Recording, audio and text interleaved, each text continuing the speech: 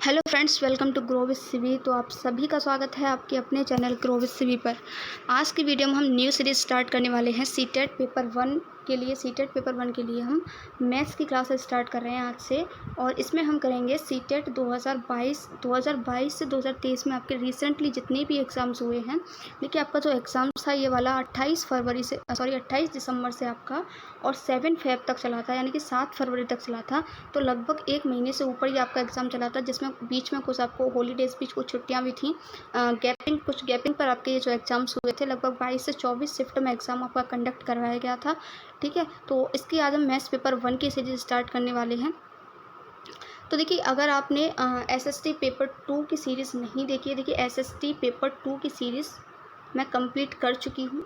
कल परसों इसकी लास्ट क्लास थी एसएसटी की सीटेट पेपर टू के लिए। ठीक है, तो आप जो है इसकी सारी जो है अगर क्लासेस देखना चाहते हैं तो एसएसटी प्रीवियस ईयर के नाम से मैंने प्लेलिस्ट बना दी है।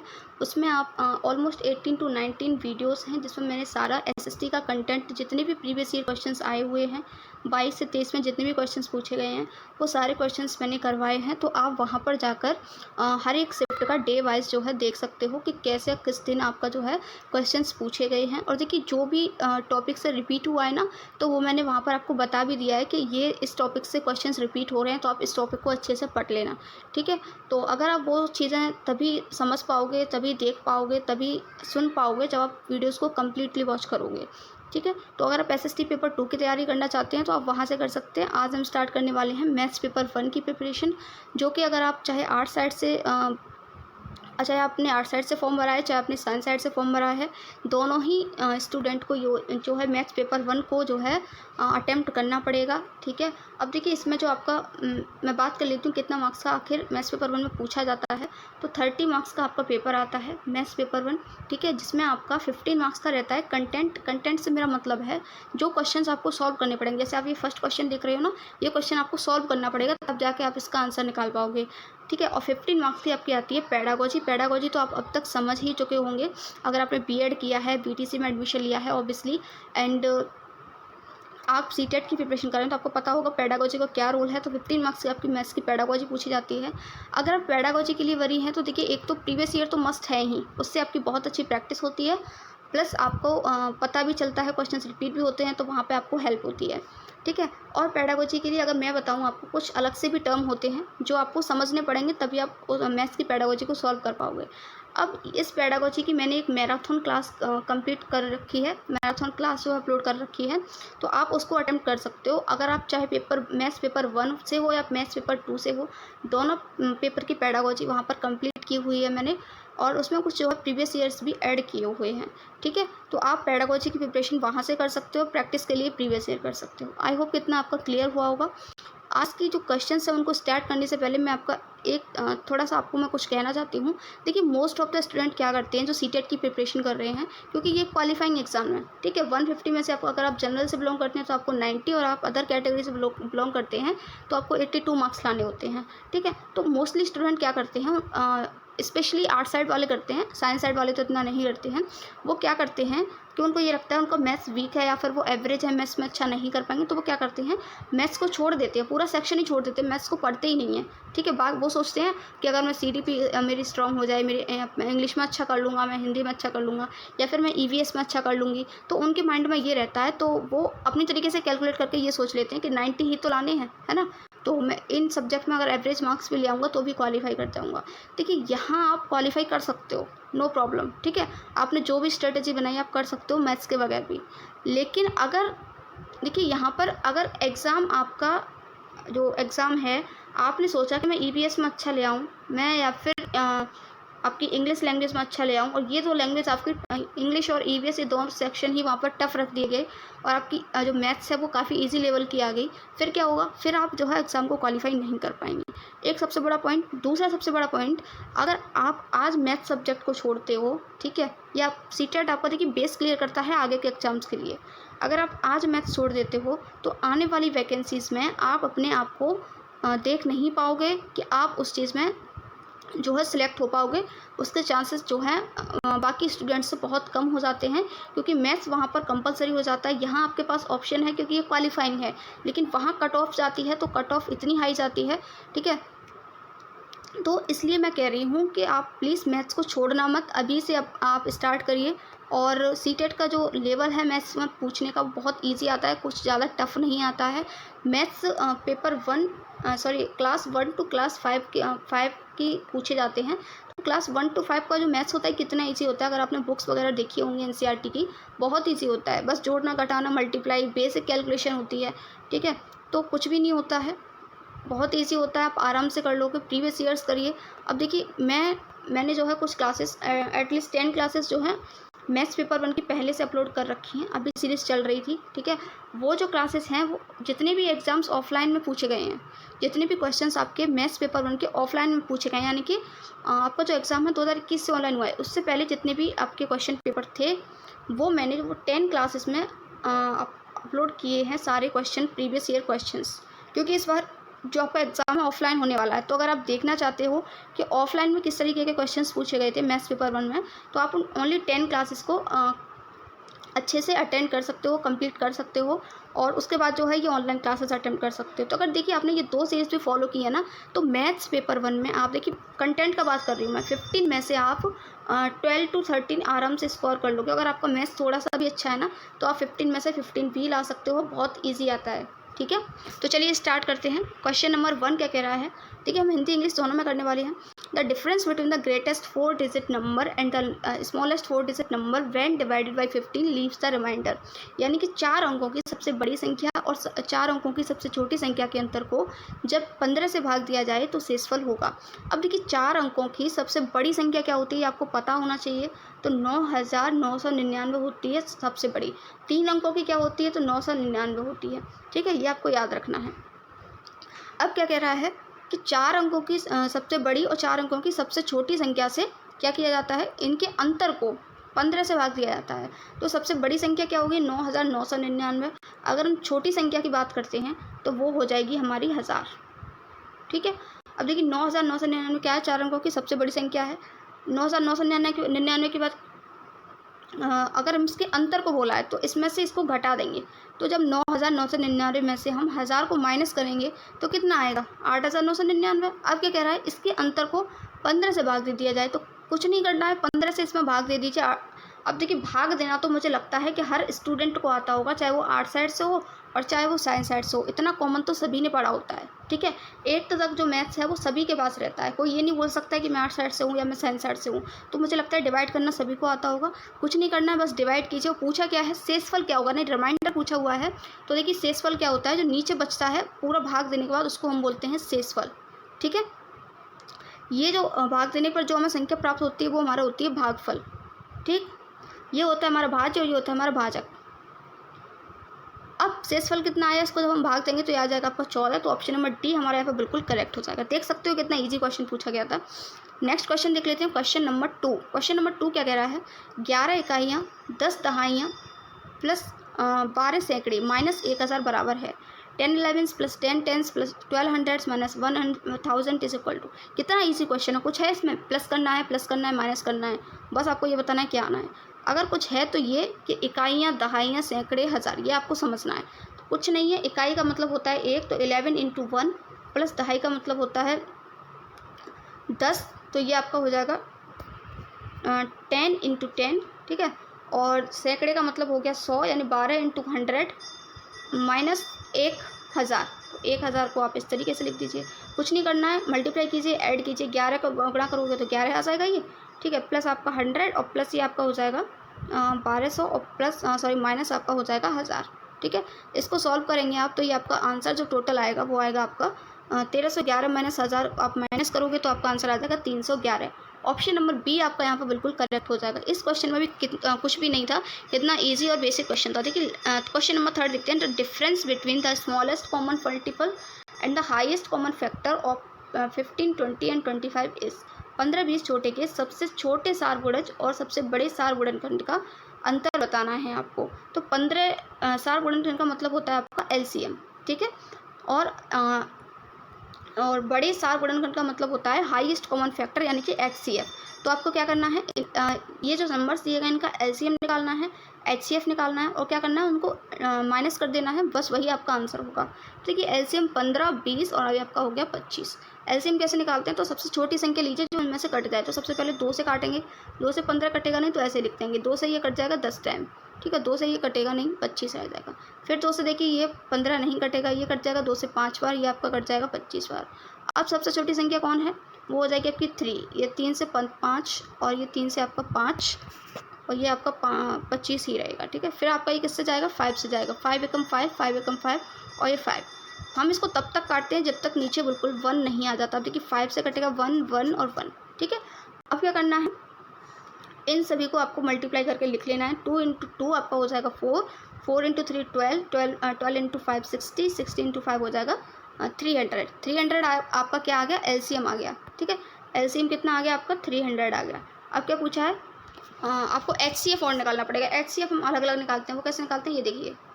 आप इसको 3 से काटो, 3, 5 और ये आपका हो जाएगा 5 × 1। ठीक, 20 का निकालो तो 20 का आपका हो जाएगा या 2 से 10 और ये आपका हो जाएगा 2 से 5 और ये आपका हो जाएगा 5। ठीक, 25 का निकाल लेते हैं तो 25 का ये आपका हो गया 5 और ये आपका 5। HCF क्या होता है, जो इन तीनों नंबर्स में कॉमन हो। अब देखिए यहाँ पे 3 है, इसमें 3 है, नहीं है, इसमें 3 है, नहीं है। अब देखिए यहाँ पर 5 है, ठीक है, यहाँ पर भी 5 है, यहाँ पर भी 5 है, तो ये हमारा होता है HCF। ठीक, अब HCF हो गया 5, LCM हो गया 300।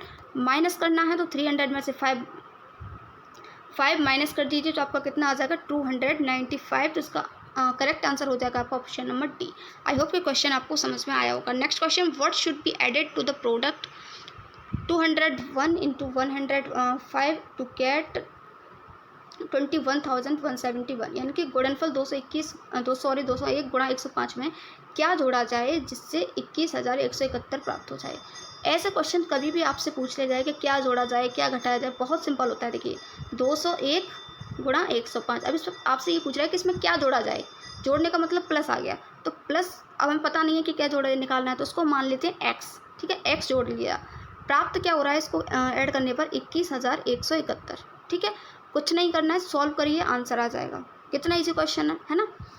पहले आप इसको कर लीजिए मल्टीप्लाई करेंगे, इसको क्या आएगा आपका, ये आपका आ जाएगा 21,105 जब आप इसको मल्टीप्लाई करोगे। ठीक है, प्लस x इक्वल्स टू 21,171, ये आपका सामने आ जाएगा। अब x निकालेंगे तो ये आपका हो जाएगा x इक्वल्स टू हो जाएगा 21,171, क्योंकि यहाँ पर ये प्लस में है तो इसको इधर ले जाएंगे तो ये आपका हो जाएगा माइनस में 21,105। कुछ नहीं करना है, माइनस कर दीजिए, आपका आंसर आ जाएगा। तो ऑप्शन नंबर जो है अगर आप माइनस करोगे 66 आएगा, तो ऑप्शन नंबर बी आपका यहाँ पर बिल्कुल करेक्ट हो जाएगा। बहुत ईजी क्वेश्चन था, आई होप कि सबको समझ में आया होगा। अगर देखिए आपने जो ऑफलाइन वाली मेरी सीरीज़ देखी है ना, 10 क्लासेस कंप्लीट की हुई है मैंने, तो अगर आपने वो सीरीज़ देखी है तो आप 100% हर एक क्वेश्चन को कर पा रहे होंगे, क्योंकि वो जो सीरीज़ है ना मोस्ट इंपॉर्टेंट सीरीज़ है। हर एक क्वेश्चन मैंने हर टाइप का क्वेश्चन वहाँ पर आपको करवाया हुआ है जो भी आपके ऑफलाइन में आया हुआ है। ठीक है, नेक्स्ट क्वेश्चन नंबर 5, किसी विद्यालय में 1260 विद्यार्थी हैं जिसमें से 2/3 लड़के हैं, शेष लड़कियां हैं। लड़कों की संख्या के 3/4 खिलाड़ी हैं और लड़कियों की संख्या के आधा भी खिलाड़ी हैं। विद्यालय में विद्यार्थियों की संख्या जो खिलाड़ी नहीं है निम्न है, यानी कि in a school there are 1260 students out of which 2/3 are boys and the rest of girls. 3/4 of the number of boys are players and half of the numbers of girls are also players. The number of students who are not players in the school is। तो देखिए total student जो हैं वो कितने हैं, 1260 हैं। अब क्या कह रहा है, जिसमें से 2/3 कितने हैं, लड़के हैं। टोटल 1260 हो गया, इसका 2/3 यानी कि 1260 का 2/3 क्या होता है, 2/3 का मतलब हो गया 2/3। तो इसको हम सॉल्व कर लेते हैं, तो हमारे पास किसकी संख्या आ जाएगी, लड़कों की संख्या आ जाएगी। उसके 2/3 क्या हैं, लड़के हैं, तो 3 से इसको काट देते हैं, 3 चौके 12, ठीक, और 3 दूनी 6 यानी कि 420। 420 × 2 आपका ये हो जाएगा 0, 2 दूनी 4, 4 दूनी 8, यानी कि 840 आपके क्या हैं, लड़के हैं। ठीक है, अब 1240 में से 1260 में से 840 लड़के हैं, टोटल स्टूडेंट इतने हैं, तो शेष लड़कियां हैं। तो 1260 में से अगर हम 840 घटा देंगे तो हमारे पास लड़कियों की संख्या आ जाएगी, कितनी आ जाएगी, 0 घटा लीजिए इसको। ठीक है, और आपका 6 में से 4 गया 2, 12 में से 8 गया 4, 420 आपकी लड़कियां हैं, 840 आपके लड़के हैं। अब क्या कह रहा है, लड़कों की संख्या के 3/4 खिलाड़ी हैं और लड़कियों की संख्या के आधा भी खिलाड़ी है। ठीक है, तो याद रखना आपके लड़के कितने हैं 840, लड़कियाँ कितनी हैं 420। ठीक है, हमारे यहाँ पे आ गया था, देखिए लड़कों की संख्या आ गई 420, लड़कों की 840। अब क्या कह रहा है, खिलाड़ी लड़कों की खिलाड़ियों की जो संख्या है वो 3/4 है। तो 840 का लड़के कितने निकले थे 840, 840 का 3/4 कितना हो गया 630। और लड़कियों की खिलाड़ी संख्या भी निकालनी है हमें, तो वो लड़कियाँ कितनी हैं 420। ठीक है, तो आधा बोला था उसने, लड़कियों की जो संख्या कितनी है आधी है, तो 210 खिलाड़ी प्लेयर हो गई हमारी 210। अब विद्यालय में विद्यार्थी टोटल जो खेलने वाले हैं, जो प्लेयर्स हैं, उनकी संख्या कितनी हो गई, तो 210 तो लड़कियां हैं खिलाड़ी और 630 आपके लड़के हैं खिलाड़ी। जब इनको ऐड करेंगे तो 840 आपके टोटल प्लेयर्स हो जाएंगे। अब टोटल स्टूडेंट कितने थे हमारे पास 1260। ठीक, उसमें से जो खिलाड़ी हैं वो कितने हैं 840, तो इसको माइनस कर देंगे तो वो संख्या आ जाएगी जो खिलाड़ी नहीं हैं। तो 420 स्टूडेंट ऐसे हैं जो कि प्लेयर्स नहीं हैं। तो ऑप्शन नंबर सी आपका यहाँ पे बिल्कुल करेक्ट हो जाएगा। नेक्स्ट क्वेश्चन देख लेते हैं, question number 6। How many 3/8 are there in 9/4, यानी कि 9/4 में कितने 3/8 हैं। बहुत ईजी क्वेश्चन है, कुछ नहीं करना है। 9/4 में कितने 3/8 हैं, यानी कुछ नहीं करना होता है, फ्रैक्शन आपको सॉल्व करनी है। इसको ऊपर ले जाइए, इसको ऊपर ले जाइए, ये आपका हो जाएगा 9/9 × 8 × 4 × 3। ये आपका कट गया 2 टाइम्स, ये आपका कट गया 3 टाइम्स, यानी 3 × 2 आपका हो गया 6, यानी ऑप्शन नंबर बी जो है आपका यहाँ बिल्कुल करेक्ट हो जाएगा। नेक्स्ट क्वेश्चन, नीना ने एक सब्जी की दुकान से 3 किलोग्राम 650 ग्राम प्याज और 1 किलोग्राम 800 ग्राम टमाटर खरीदे। प्याज का भार टमाटर के भार से कितना अधिक है, यानी कि Neena brought 3 kilogram 650 gram onions and 1 kg 800 gram tomatoes from a vegetable shop. By what amount does the weight of onion exceed the weight of tomatoes? अब प्याज का भार कितना है, तो 3 किलोग्राम 650 ग्राम, यानी हम इसको लिख सकते हैं 3.650 किलोग्राम।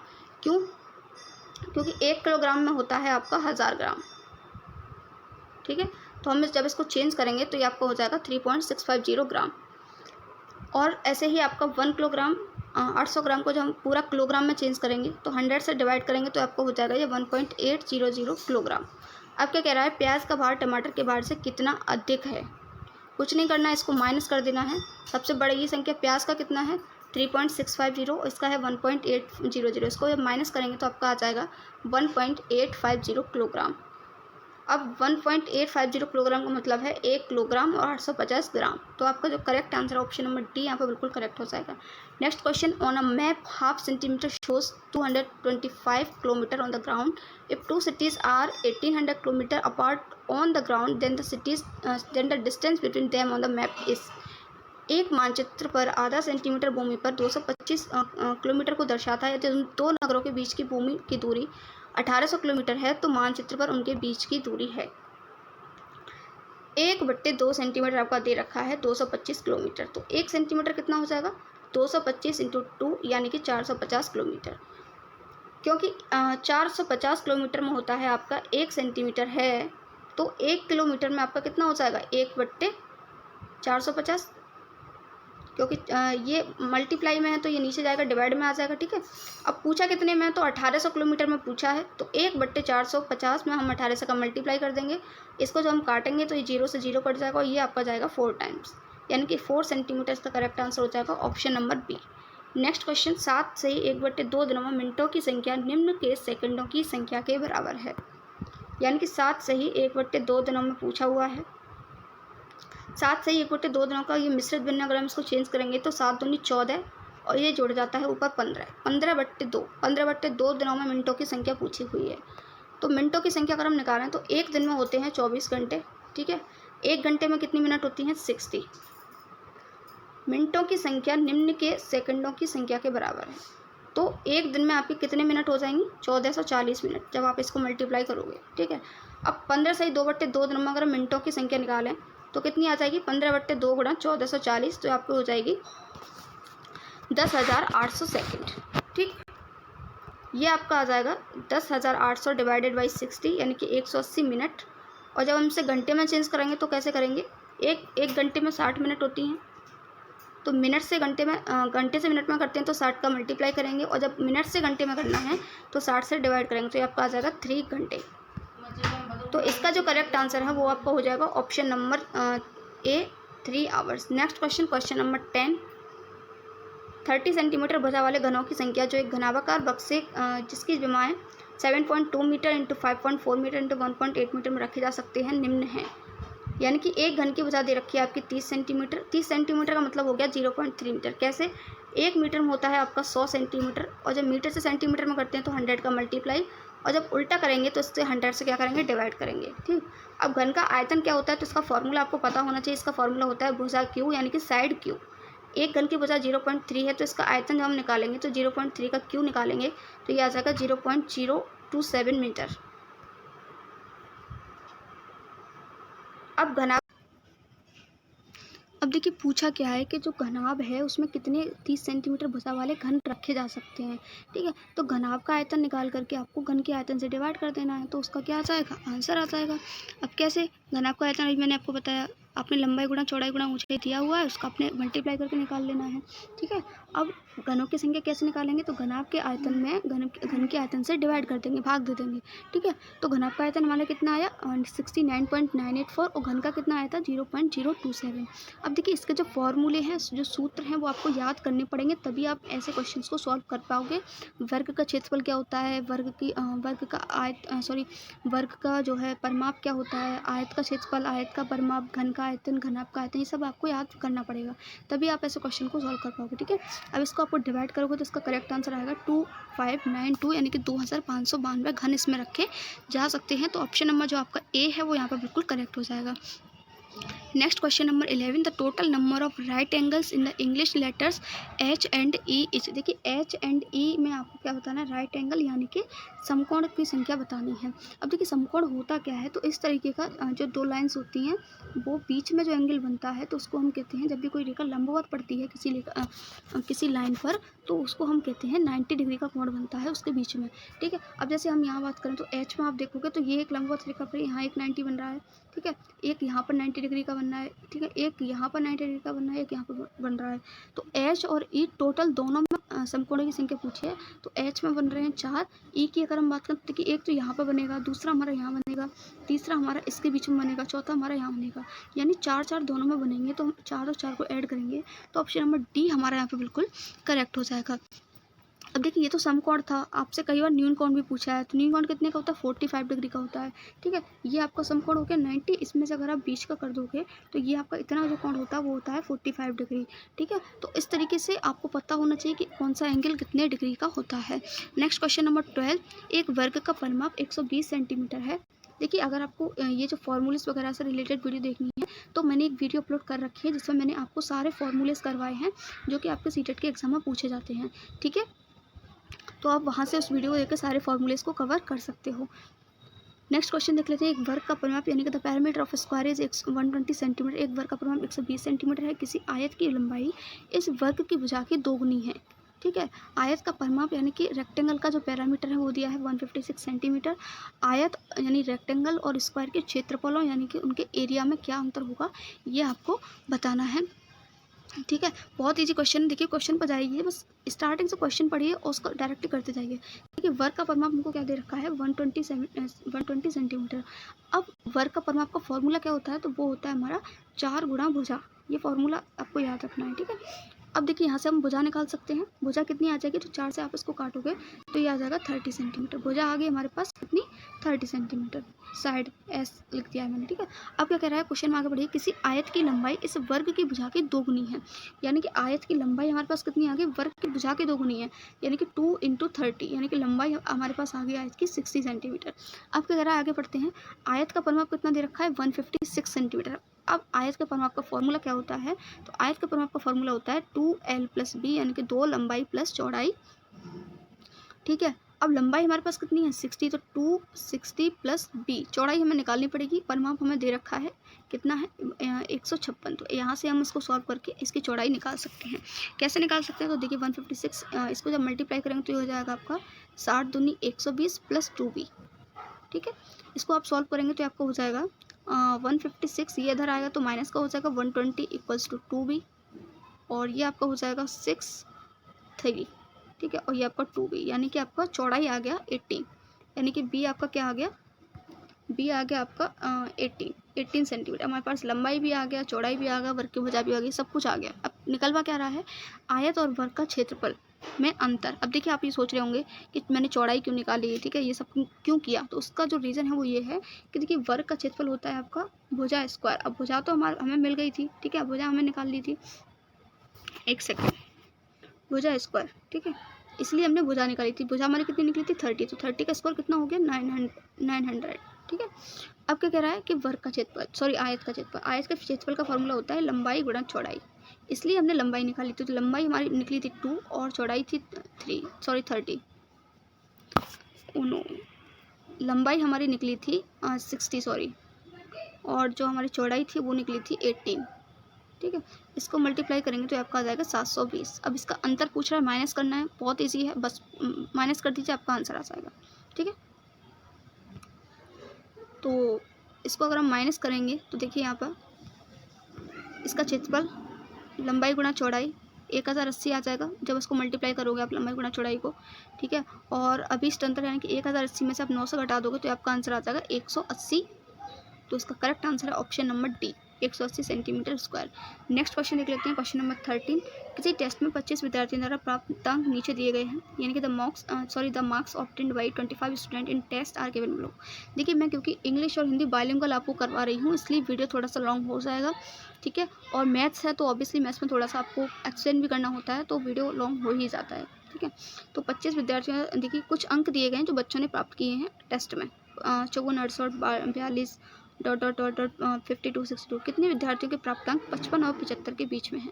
आपको ये बताना है कि कितने स्टूडेंट ने जो है 55 और 75 के बीच में जो है अंक प्राप्त किए हैं। तो देखिए कितना इजी क्वेश्चन है, कुछ नहीं करना है आपको, बस गिनती करनी है कि कितने इसमें बीच में 55 से 75 के बीच में कितने स्टूडेंट ने इसमें मार्क्स गेट किए हैं।